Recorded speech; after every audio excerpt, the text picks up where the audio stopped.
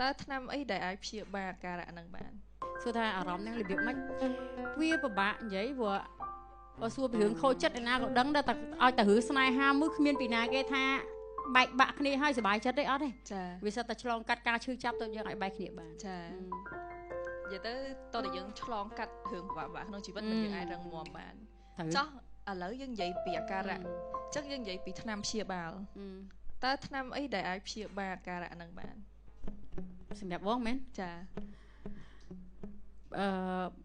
បងទទួលអារម្មណ៍ហ្នឹង yes នៅពេលដែលគេចោលបោះបង់យើងឬក៏គេធ្វើអីអត់ល្អដាក់យើងចាប់ដើមមើលខ្លួនឯងវិញនៅតាមនៅក្នុង YouTube នៅក្នុង Facebook នៅតាមឆាក concert ផ្សេងចាព្យាបាលខ្លួនឯងថាអត់មានតែម្នាក់ហ្នឹងដែលស្រឡាញ់យើងមានមនុស្សច្រើនដែលស្រឡាញ់យើងមានអ្នកដែលស្រឡាញ់យើងច្រើនមែនតើហេតុអីបានយើងមកត្រូវធ្វើឲ្យខ្លួនឯងវេទនាដោយសារតែម្នាក់ហ្នឹងហើយមួយទៀតគិត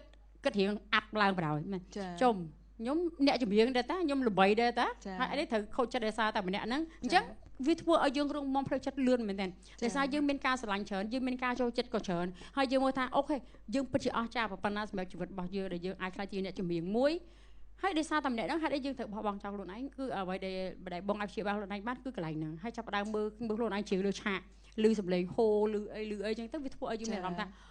ក៏ពិតជីវិតរបស់យើងគឺមានតែយើងដែលឆ្នៃខ្លួនឯងអស់ចាស់បានសម្រាប់ខ្លួនឯងមិនមែនយើងទៅឆ្នៃឲ្យអ្នកដទៃថាអស់ចាស់ឲ្យលយឆ្នៃខ្លួនឯងអូខេឆ្នៃខ្លួនឯងហើយគិតថា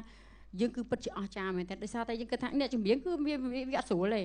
យៈពេលឆ្លងកាត់នៃការច្រៀងវាចង់20ឆ្នាំអញ្ចឹងយើងរក្សាអារបៀបថាមានអ្នកចូលចិត្តដោយស្រឡាញ់យើងបានច្រើនអញ្ចឹងយើងគិតថាណា